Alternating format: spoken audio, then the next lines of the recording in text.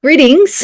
My name is Krista Hiser, and I am the host of the Ultimate Cli-Fi Book Club. This is a reading group for faculty from universities all across the US and the world, and from all different disciplines. And the idea is to stimulate new conversations on campus and in our classes by reading climate-themed fiction, novels, and short stories. And I just wanted to have this conversation with Michael Svoboda. So Michael, why don't you go ahead and introduce yourself and the topic we're going to talk about today? Yeah. I'm Michael Svoboda. I'm a faculty member at George Washington University in the University Writing Program. I'm also affiliated with the Sustainability minor.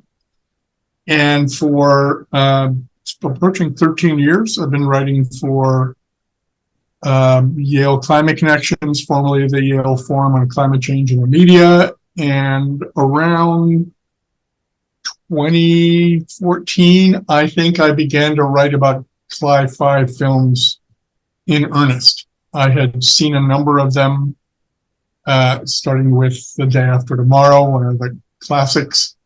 But I had mainly written about the documentaries, like Al Gore's Inconvenient Truth, but for some reason, I think a couple of films came out the summer of 2014, Snowpiercer being one, that prompted me to sort of take a look back, and so I wound up writing a 5-part series on Cli-Fi.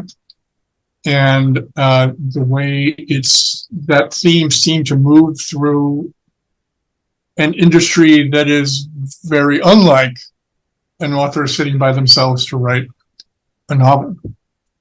And so I think one of the reasons we wanted to talk was to talk about the differences between novels and films or movies. But it's also occasioned by another medium, an art exhibit that's taking place at George Mason University, which we want to acknowledge.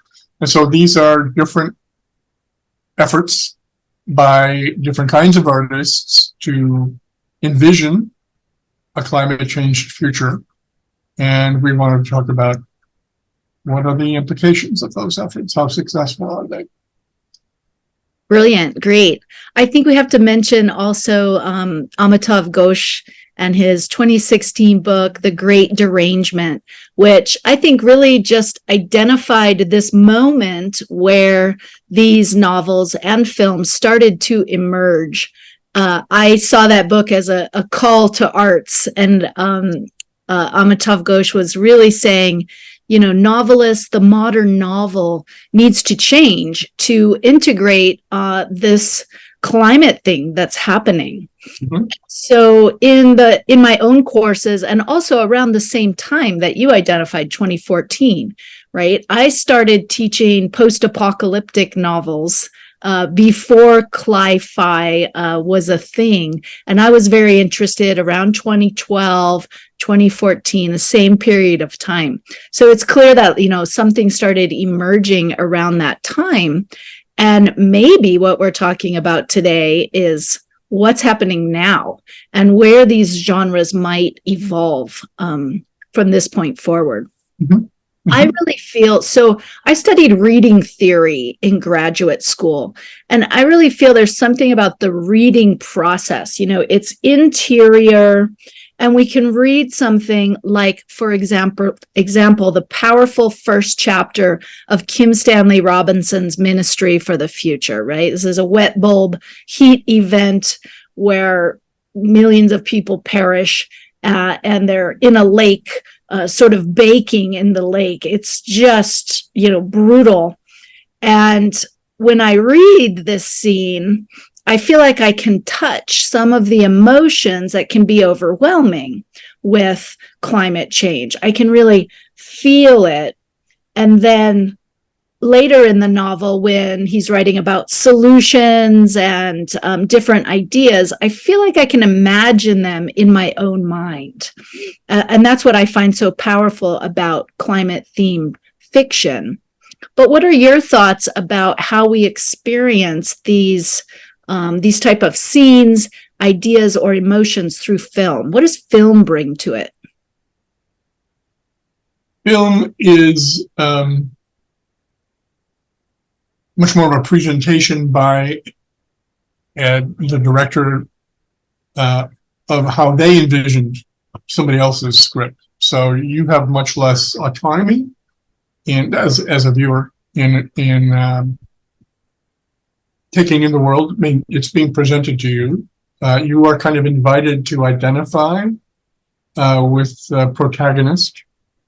The dangers, the experiences are probably more visceral or enhanced because you're seeing them on a screen. They're edited in such a way as to convey shocks or sudden abrupt changes. You're hearing music, you're seeing emotions expressed and hearing emotions expressed. So you're not given the same degree of freedom as you are in a novel. And I would say the kind of story that's going to be depicted in a movie is almost always compressed in terms of time frame. And that leads it to choose certain kinds of events over others, because it has to create an entire complete an entire circle in somewhere between 90 minutes and 3 hours. And so it needs events of a certain character that allow it to do that. And that has meant a lot of disaster movies, a lot of apocalypses that take place in a very short time, or dystopian landscapes in which another kind of story arc completes itself. Right. So that kind of brings me to the key point that I often use with students or to stimulate these discussions. And it's an idea that I read in the literary analysis work of Adeline Johns-Putra that I want to acknowledge some of the early literary analysis of this genre. And she talked about climate as setting, as plot, or as character. And oftentimes in a novel, that can be an interesting lens because you could look at it as kind of all three. So it's very different. So how do you see that working in film, and especially in these disaster films?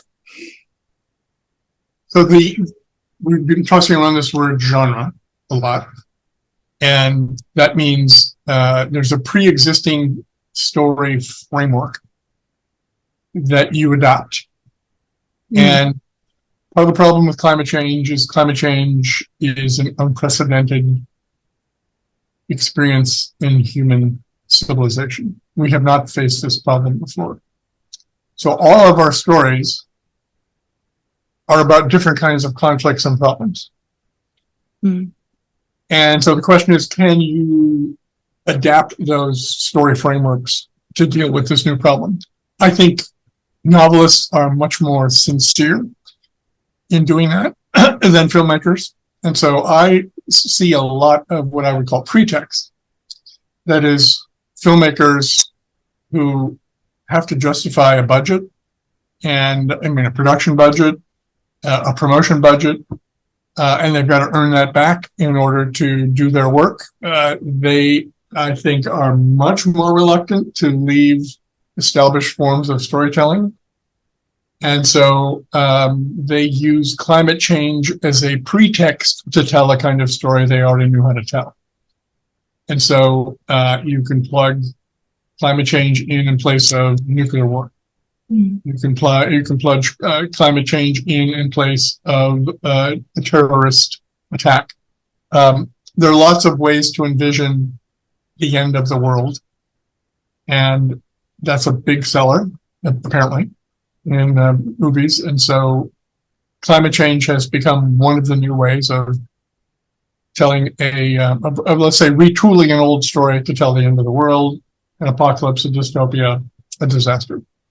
Right. But that actually reinforces and locks our thinking and our imagination into this, fight against climate change. And, really, climate change is something we need to work with, live with, and maintain what's called radical optimism, right? I love the perspective of radical optimism. I love the attempts and the idea of solar punk novels. Is there such a thing as a solar punk film? And if there were, what would it look like? I think there are. I can't say that one springs to mind. I've seen steampunk movies. Yeah, but those are dark and mechanical and it is, yeah. weird. Yeah. I will have to. I think there's whether Soul Nostalgia would fit that one. There are a couple of films, I think, out of Eastern Europe that might fit that bill. Interesting. But it's interesting that it stumps you a bit, because I'm in the same place with solar punk. I've been looking to love a solar punk novel and say, this is it. This is literary. This is teachable. This helps me imagine a future where we can have a thrivable life, adapting and mitigating climate change. I haven't found that novel yet, despite wanting to. The closest I have found are two novels. One is The Fifth Sacred Thing by Starhawk. This is an older novel now, and they were trying to make it into a movie at one point. And, I would consider this a climate novel. San Francisco and Los Angeles and water issues, and one place deals with them in a utopian way, and the other place kind of turns into a military kind of lockdown, and it's all related to water. And then, of course, there's Ministry for the Future, which manages to explore so many different approaches and solutions, and they all work together through a almost plotless world building effort where they all come alive and click together in an unplanned, magical way. So, no, I'm a big fan of Tim Stanley Robinson as well. He's one of the few to envision a climate change future that is not an apocalypse or not a dystopia. I think I'm a bigger fan of New York 2140 than you seem to be. But New York 2140 doesn't avoid the worst of it. It accepts what would be catastrophic sea level rise, but then turns it into a kind of interesting but livable future. What's interesting on the film side would be there are more movies about attempts to mitigate climate change going wrong. That is to say, attempts to solve problem, create the disaster. Then there are films that show a successful effort to address climate change. And Snowpiercer would be in that camp. It's the result of a geoengineering experience gone wrong. But there's a surprising number of a couple dozen in which the premise is, okay, we made some movies about the disasters that climate change might promulgate. Now we need to tweak the theme a bit, and so now we'll talk about disasters that are created by are trying to solve the problem of climate change. And skipped over, completely absent, is a successful story of doing something about climate change. Snowpiercer is such an interesting example because the film came out of a graphic novel. Right. So there's something that's kind of in between with an artist rendering and then, putting that into motion and it becoming a film. I wonder if it's about the way an idea is translated. You know, a writer is one person alone in an interior world, and they're working with an idea that comes out in words. But a film is really many visions, right? You might have a script, and then the framing, storyboarding, as in a graphic novel, Design. and then actors' interpretations.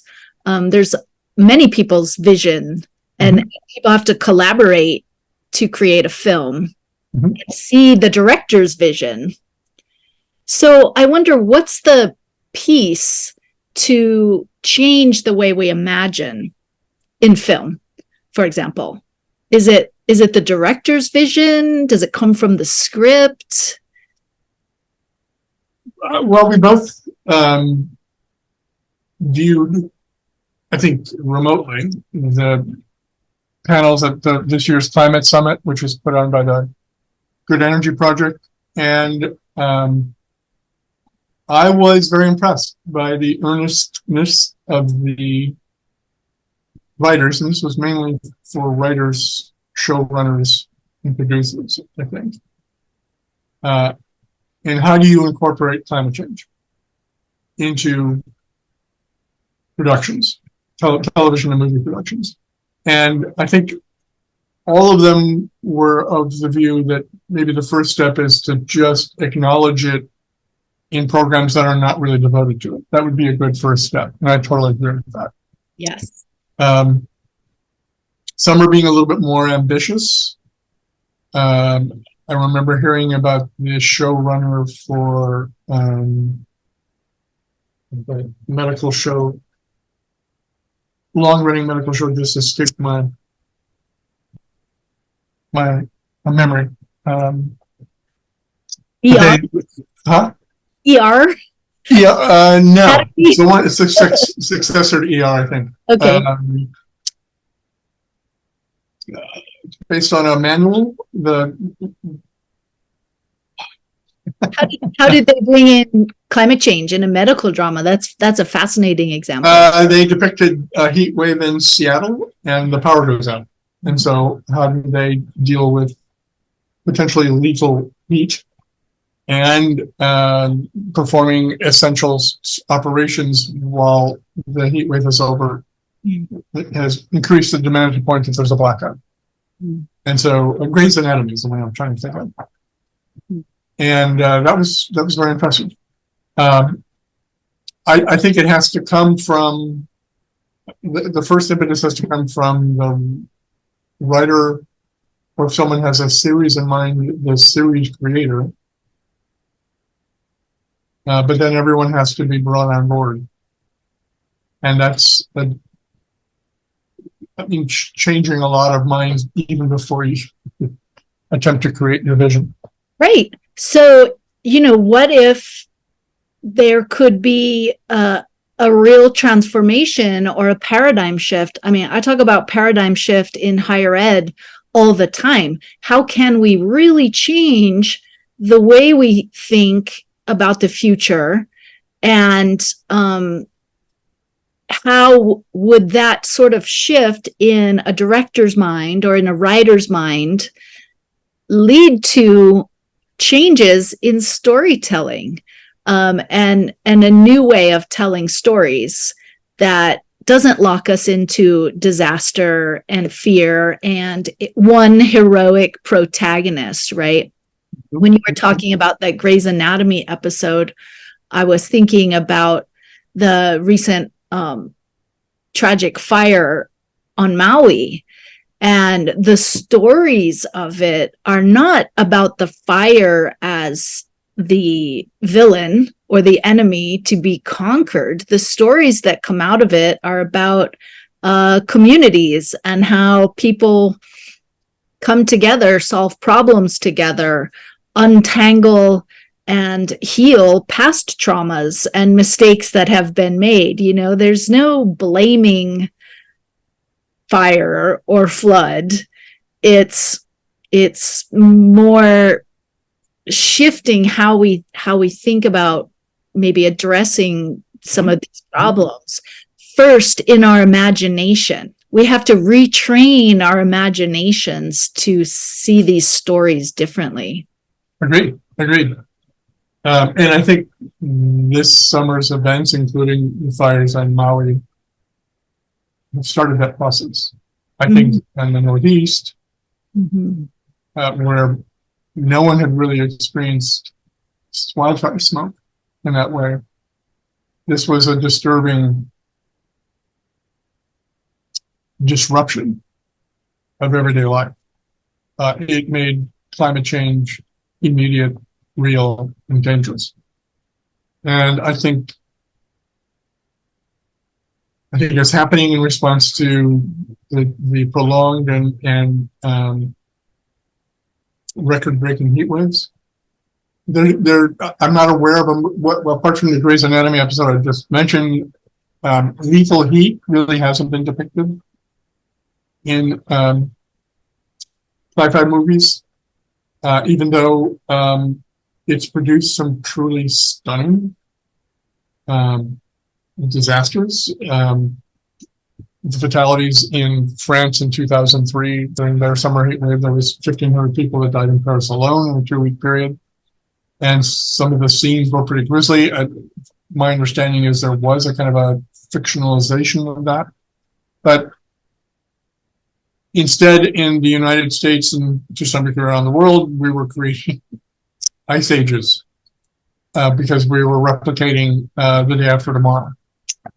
And so it's strange that a particular successful vision, even if it's a really low probability event, like the one depicted in The Day After Tomorrow, will then generate a whole series of imitations, and then that story gets cemented in the public imagination, and I think probably influences how we think and talk about climate change in ways that are probably counterproductive to a realistic solution.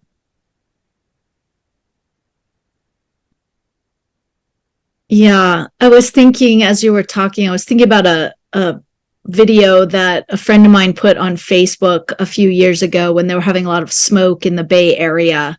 And it was her family, they were driving out of the Bay Area in their, Honda Accord, and they were all wearing, respirator masks and just driving in a car. And it was almost the normalization of this, mask that had such a profound impact on me. So I think that's an interesting step that you identify, almost cameo appearance of climate, not only climate risks and dangers, but solutions and ideas integrated in sitcom script, in stories, just as a small point, a minor point. And then I think maybe that is how we reimagine imagination in writing and in film. And then I also was something else that came to mind was the anthology Fire and Water, which we explored last year in the Ultimate Cli-Fi Book Club. And those stories, I'm always looking for stories that are, take place in the real world. There's no magical or technological solution, right? That was a problem I had with the series. Extrapolations? Yes, right? Yes. Get to the end and it's like, oh, all along, Elon Musk had a solution and he was just being greedy and holding it back. Sorry, I hope that's not a spoiler. But, that is just not the case. It doesn't matter if there's an evil billionaire to blame. That's just a lie. I was really upset by the end of that series because that we can't be thinking someone's got the solution in their back pocket because okay, I totally understand what you're saying. On the other hand, something like that is baked into the IPCC reports. There's an assumption that we will achieve negative emissions of some sort, and that's part of the scenarios. So it's kind of baked into the models at some level that we're going to successfully achieve removal of CO2 from the atmosphere, negative emissions in some capacity. That we don't know how yet. Right. Exactly. I Right. know there's some Right. technological. Now that is also in Ministry for the Future, Yes. thinking. And then, yeah, but the creation of the villain in Extrapolations was just kind of cartoonish. Mhm.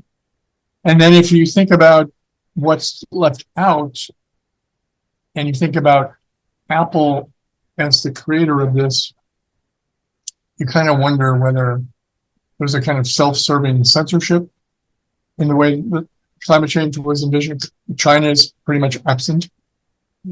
China is where Apple manufactures most of its stuff. Fossil fuel companies are largely absent.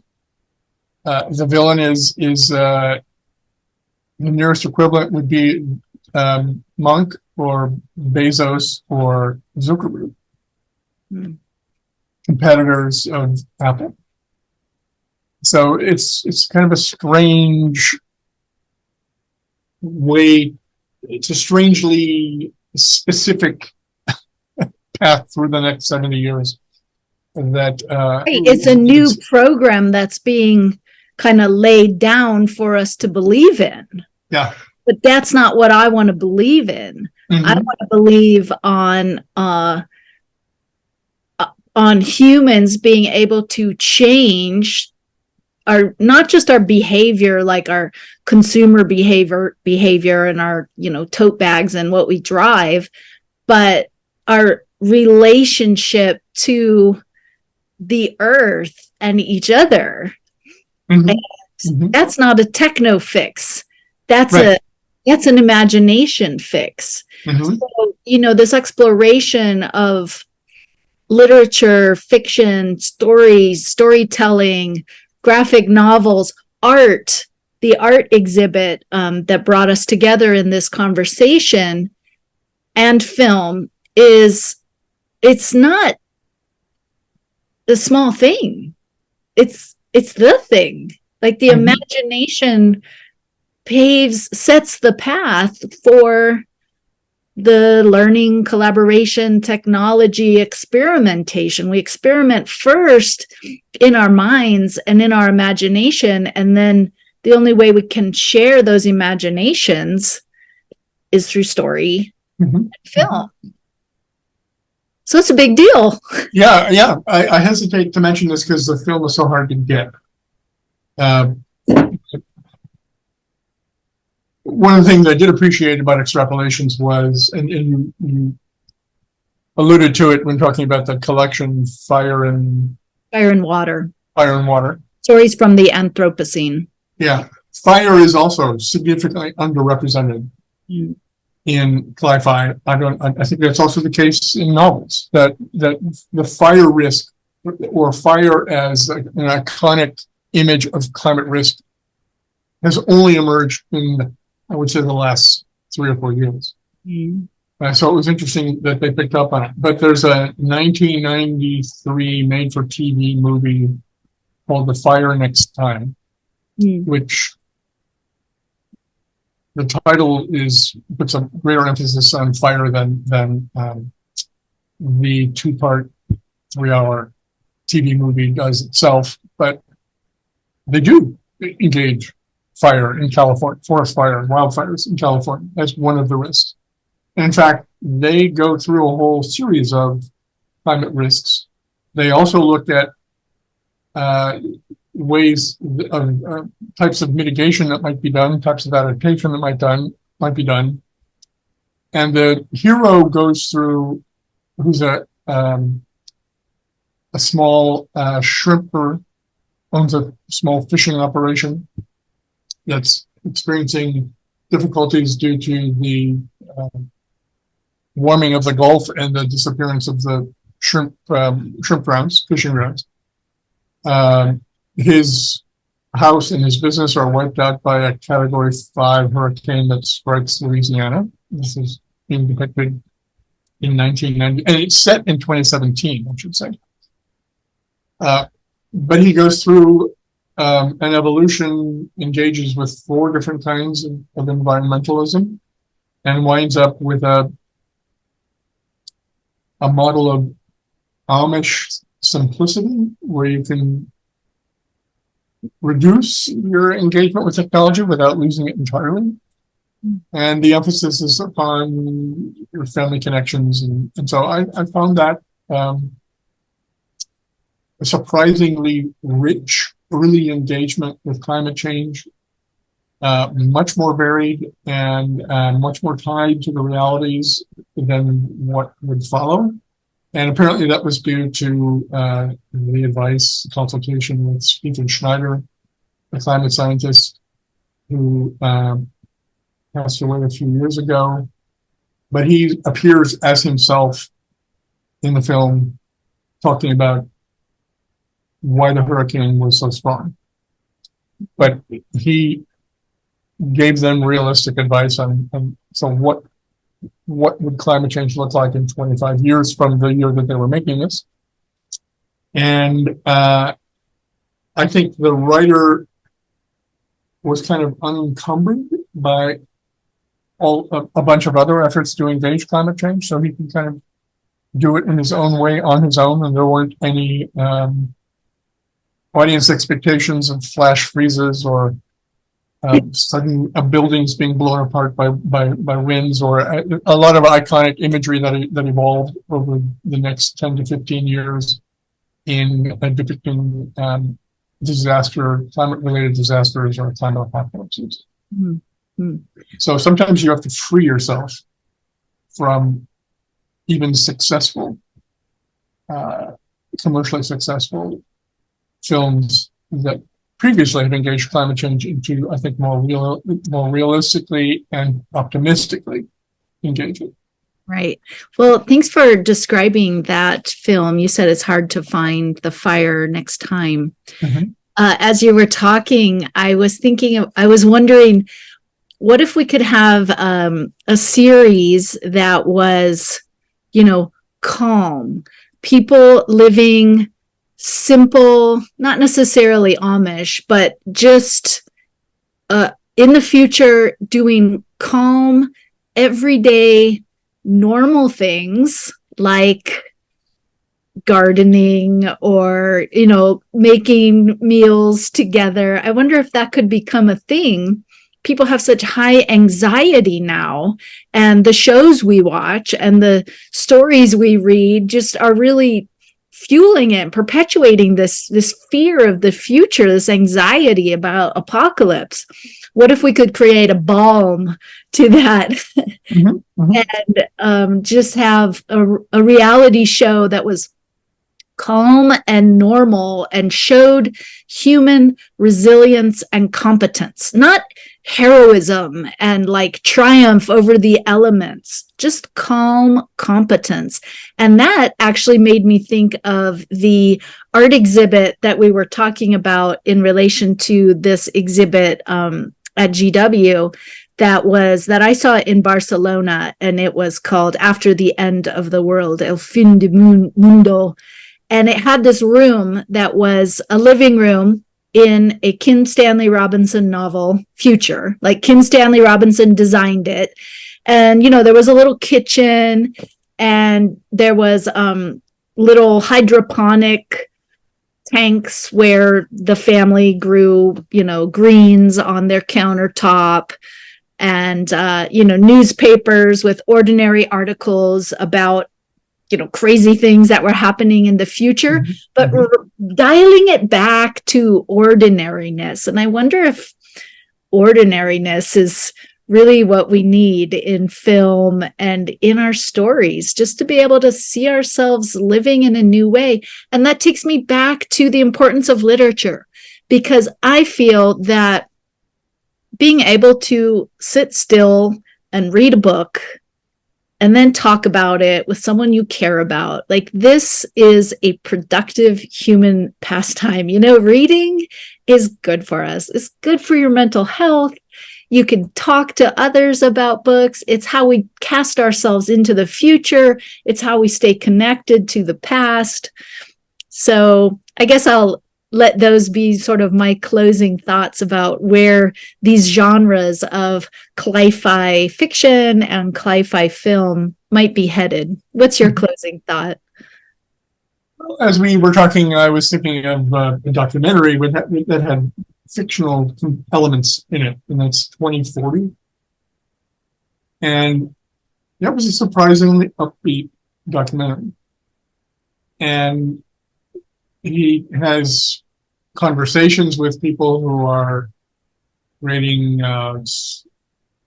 local grids based on solar power in Africa or Asia. He talks with people engaged in regenerative agriculture, permaculture.